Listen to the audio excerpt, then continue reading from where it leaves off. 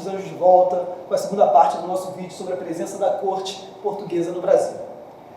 Lembra que eu falei com vocês no primeiro vídeo que a presença da corte leva à criação de uma autonomia, de uma estrutura político-administrativa? Porque agora o Império é administrado do Brasil. Precisa então ter um conjunto de instituições, de organismos, para que se administre o Império. São as chamadas instituições joaninas, que são fundadas aqui.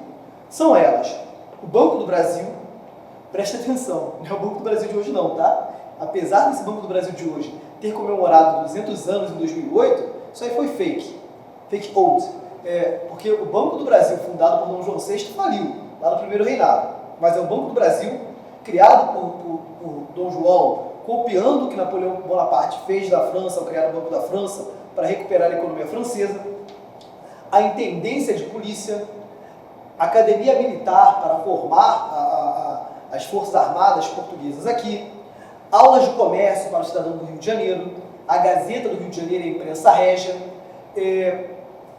O ensino universitário no Brasil surge aqui, porque agora não tinha mais condições de cursar a universidade na Europa. Então você tem a fundação de duas escolas de medicina, uma em Salvador e outra no Rio de Janeiro.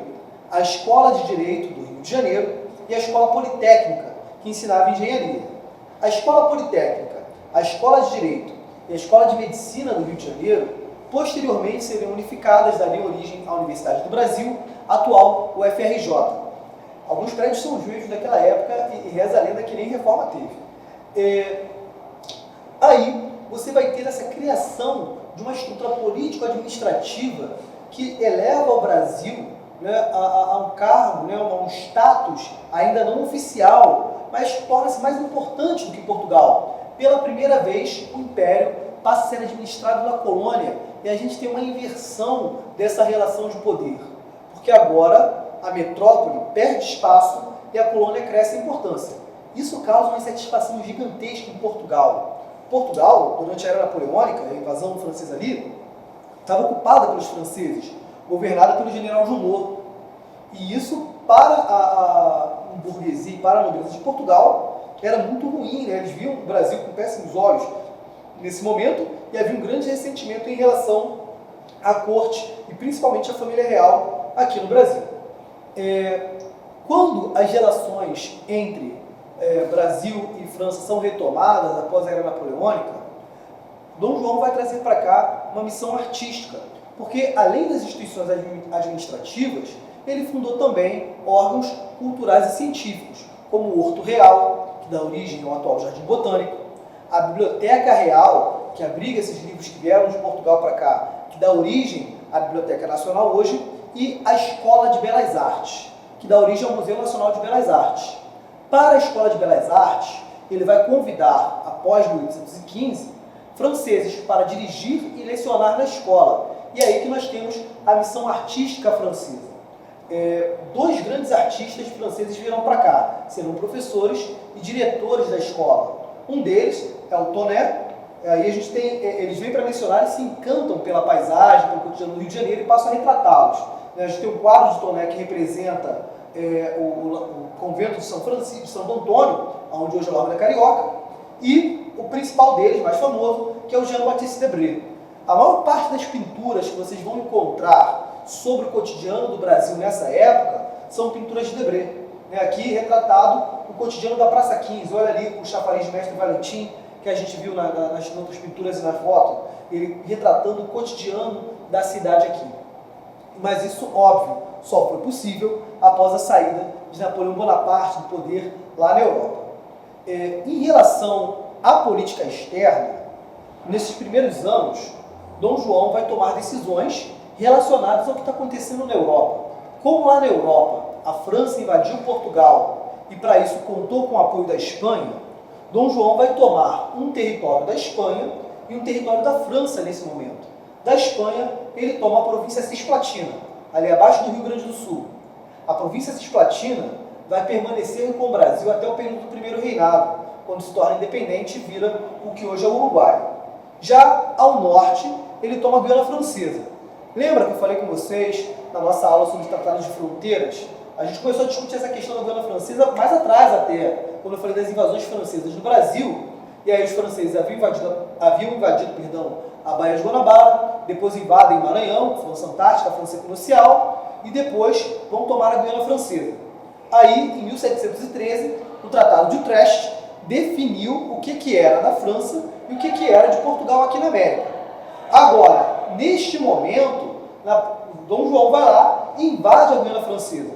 Mas ele fica pouquíssimo tempo, 2 anos, a Guiana Francesa fica sob a possessão de Portugal e é devolvida ali quando rolam os tratados pós-era napoleônica na Europa, beleza? Esses tratados estão diretamente ligados ao processo que inclusive vai transformar o Brasil a Reino Unido e Portugal e Algarves. Essa imagem que vocês estão vendo, ela representa aqui uma representação do Congresso de Viena. O Congresso de Viena, ele acontece na Europa em 1815, após a saída de Napoleão Bonaparte do poder. Como isso se dá? Vamos fazer aqui um contexto geral para voltar à realidade do Brasil novamente. Lembra que eu falei para vocês no primeiro vídeo que Napoleão fica refém da sua ameaça? Tu não pode fazer uma ameaça que você não possa cumprir?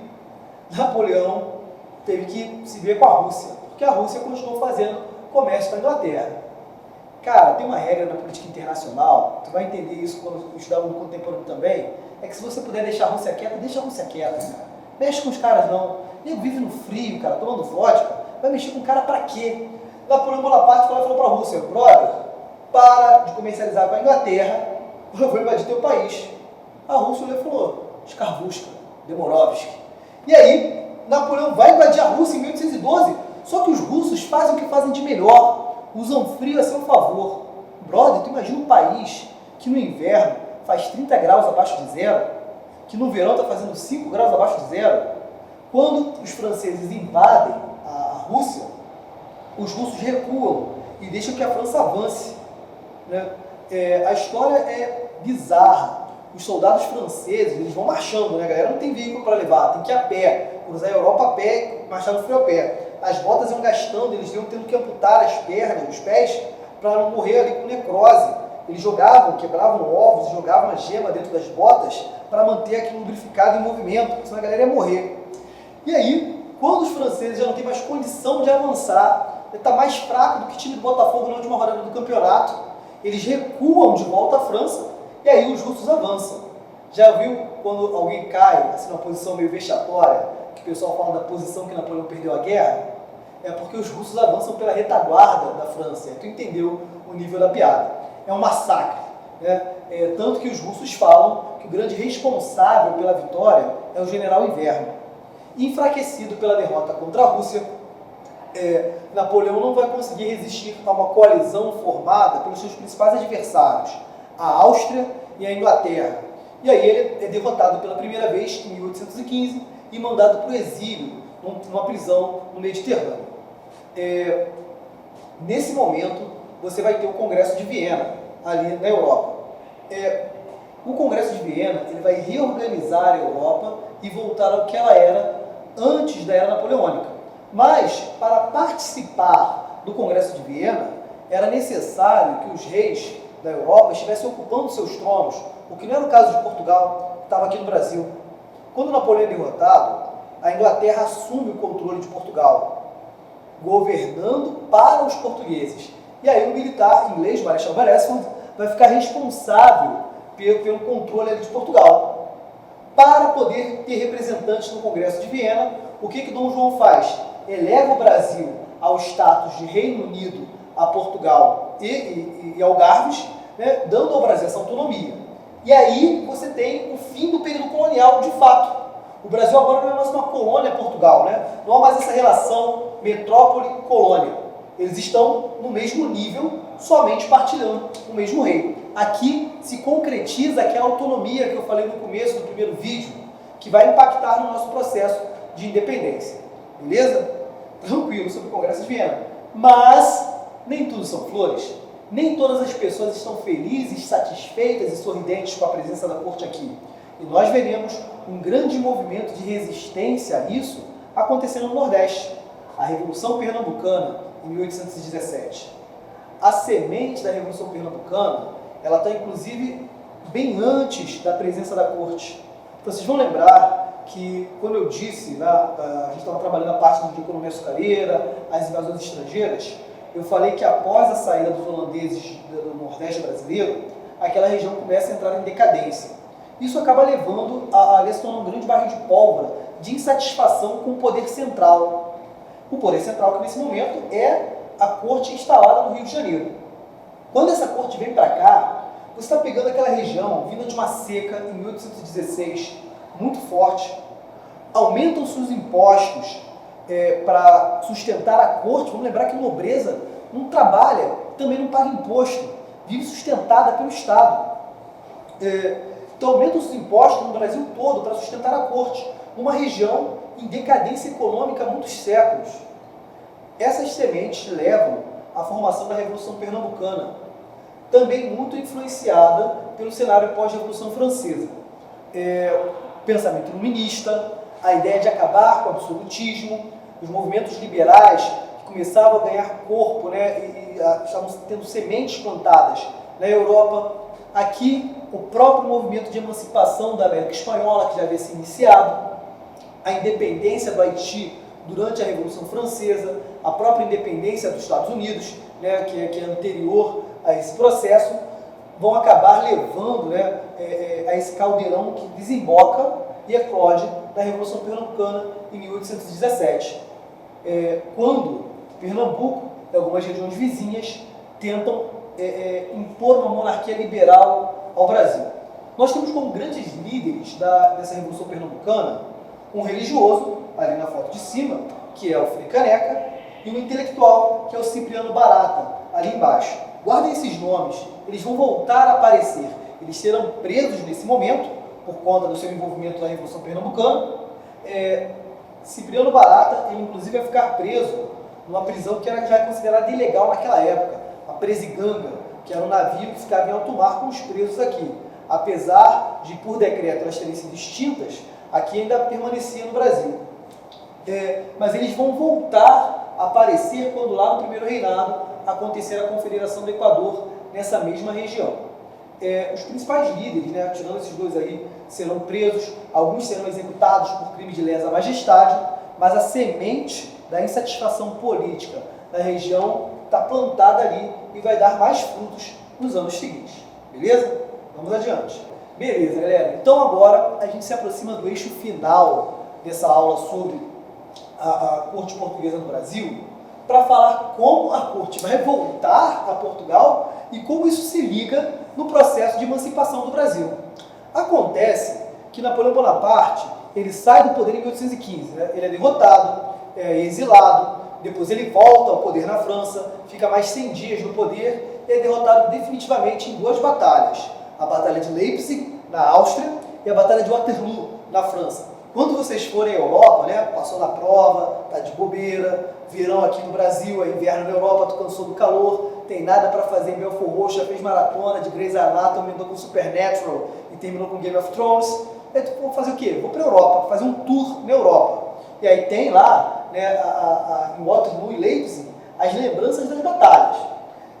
O fato é que quando Napoleão é derrotado, o Congresso de Viena, ele se mantém forte ali, né, nos primeiros 5 anos, tentando fazer a Europa voltar ao que ela era antes, impedindo o liberalismo de avançar. Porque neste momento há um grande embate político na Europa entre duas forças.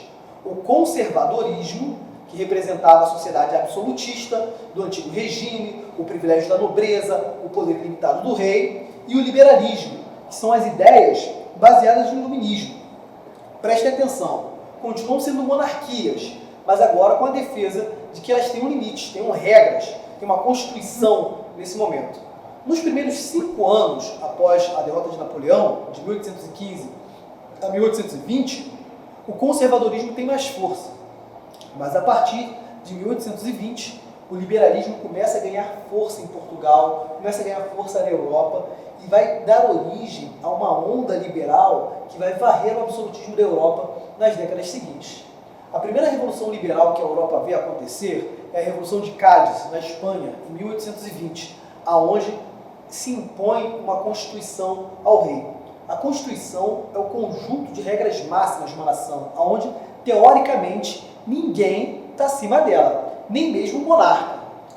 Inspirados pelo exemplo espanhol, a galera em Portugal resolve fazer o mesmo. Em 1820, a nobreza de Portugal, a burguesia portuguesa, se reúnem na cidade do Porto e dão início a um movimento que vai cruzar o Atlântico, a Revolução Liberal do Porto. Essa galera que começa ali no Porto, ela tem 3 objetivos claros. Que Dom João VI, assinasse uma Constituição para Portugal, que a família real voltasse à metrópole e que o Brasil voltasse a ser uma colônia. Esse movimento, ele inclusive encontra reflexos no Brasil, tanto dos portugueses que moravam aqui, quanto de uma parcela dos brasileiros, que não apoiam o todo, né? Eles queriam até, inclusive, a permanência da corte aqui, não queriam que o Brasil deixasse de ser o Reino Unido, mas queriam uma Constituição para o Reino.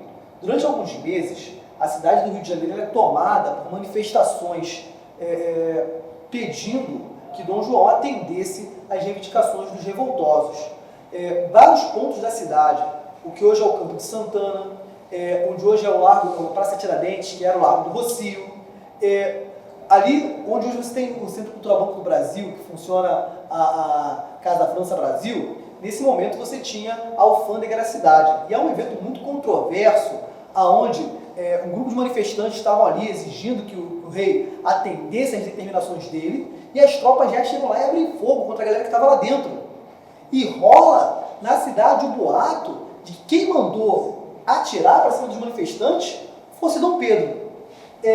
O fato é que essa insatisfação torna a situação de Dom João VI muito delicada aqui no Brasil.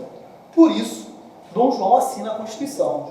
Brother, garoteou de novo. Por quê? Tu não pode assinar nada sem ler, mané. Pediu para tu assinar, tu lê primeiro, uma vez, 2 vezes, 3 vezes, não entendeu, lê de novo, tira a dúvida, antes de tu assinar a parada. Quando Dom João assina essa Constituição sem ler, é praticamente uma cópia da Constituição espanhola, onde estava escrito em Espanha, tirando a Espanha e botando Portugal, na prática. E isso amarra as mãos de Dom João. Ele transfere o poder dele para os deputados. Lá em Portugal, a galera estava reunida no que nós chamamos, que se chama as Cortes Portuguesas. Cortes, aqui, de respeito ao poder legislativo. São os deputados, a Assembleia Legislativa de Portugal. E são eles que passam a governar agora, na prática, depois que Dom João assina a Constituição. E aí a galera, agora com poder, manda um decreto para a família real que eles voltem ao Brasil. Né? Aqui a gente tem 2 representações, da Revolução do Porto e lá da reunião das Cortes Portuguesas. Com as mãos atadas, sem ter como enfrentar o poder político das Cortes Portuguesas, Dom João vai voltar a Portugal. Né? Aqui nós temos uma cena do embarque da família real de volta a Portugal e do desembarque deles lá na Europa, em março de 1821. Aí, brother, que avança essa oposição que eu citei no início entre o ímpeto recolonizador das cortes portuguesas e o desejo da elite brasileira de manter a autonomia. Entre 1821 e 1822, nós temos a regência de Dom Pedro. Reza a lenda, né, tinha uma lenda urbana que rolava, que quando a corte portuguesa foi embora, Dom Pedro ele fica realmente no Brasil, né, e a presença dele é que impede esse processo de recolonização, porque ele está aqui governando em nome do pai, tirando o poder das cortes. Reza a lenda que Dom João teria dito para ele: Pedro, se o Brasil há de se separar, né, antes fique para você, que vai me respeitar, do que para qualquer um desses aventureiros. Isso é caô. Tá? Não há evidência histórica nenhuma que Dom João tenha dito isso, inclusive porque nesse momento ninguém imaginava que dali a poucos meses o Brasil seria independente de Portugal. O fato é que nesses meses que separam a partida da corte, né, para a Europa e a declaração de independência do Brasil, cria-se uma animosidade muito grande. Como o Brasil era Reino Unido, ele podia mandar deputados às cortes. Os deputados brasileiros foram e voltaram sem conseguir fazer nada, porque os portugueses os ignoravam. Nos meses seguintes, as cortes reiteram a ideia de que Dom Pedro volte a Portugal. E Dom Pedro resiste. Né? Aí já é o nosso conteúdo de independência, quando a gente falar da parte aonde Dom Pedro faz o dia do fico, né, até levar a declaração de independência em 22. Sabia que em 22 a independência fica valendo somente para Rio de Janeiro, São Paulo e Minas Gerais? Tu achou que era o Brasil todo, né, mulher? Achou errado. A independência do Brasil só se consolida mesmo em 1824 e Portugal só reconhece em 1826. Mas esse é um conteúdo para um próximo encontro, beleza? Forte abraço, galera. A gente se vê assim que acabar a quarentena.